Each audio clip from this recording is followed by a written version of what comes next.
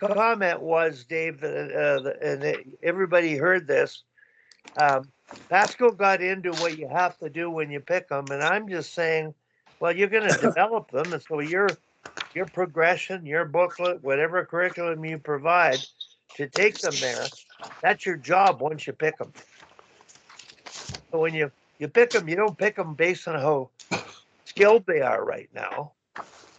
In my opinion, they've got to have an adequate degree, but at beginning ages, at a very young age, some of them might be just trying goalie later.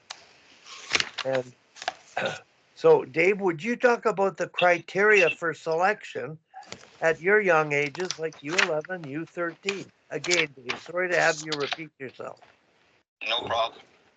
No, I mean, right now in the city here, we work with currently goalie coaches everywhere in the city, and doing minor hockey goalie specific evaluations for the organizations. And definitely there needs to be, yes, on ice, the skating ability, the goalies that can skate, the goalies that have played out in the past and that can move around the crease and have balance at the U11, U13 age group is very, very important. But there's an element of compete and there's an element of fearlessness also that you can see clearly when you expose the goalies, against certain shooters. Once a goalie starts to flinch, and I can deal with a goalie that is at that age flopping around a lot, but wants to stop the puck and is not trying to play dodgeball. So you can tell the competitive level of certain goalies, and the fearlessness. I mean, they want to get hit by the puck. They want to make saves versus the ones that are flinching or lifting their shoulders. So that to me is a big element at that age group. Any questions on that? Hal, Peter, Tom, Pascal, can you elaborate on that?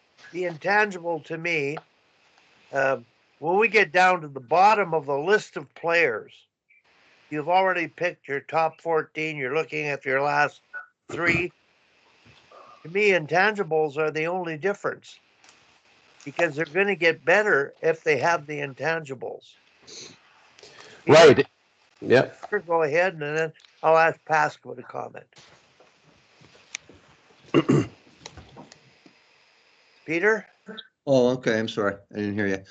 So, yeah, my question is, both Dave and Pascal talked about, the kid that was a better skater. So what type of skating is that you are actually looking for?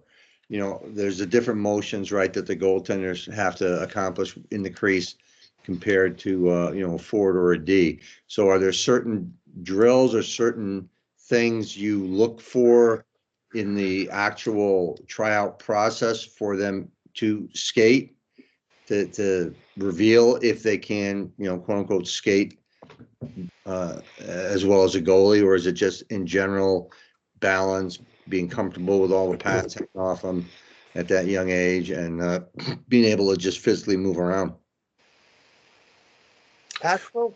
Well, at that particular age, like I said, it comes down to the skating. You can put somebody that can skate in the net and they'll feel more comfortable as long as what Dave was saying, that they have that desire that they want to stop the puck. They have that desire to want to get hit by the puck versus, leaning away from the puck and creating space for a glove to catch it or to wave at it.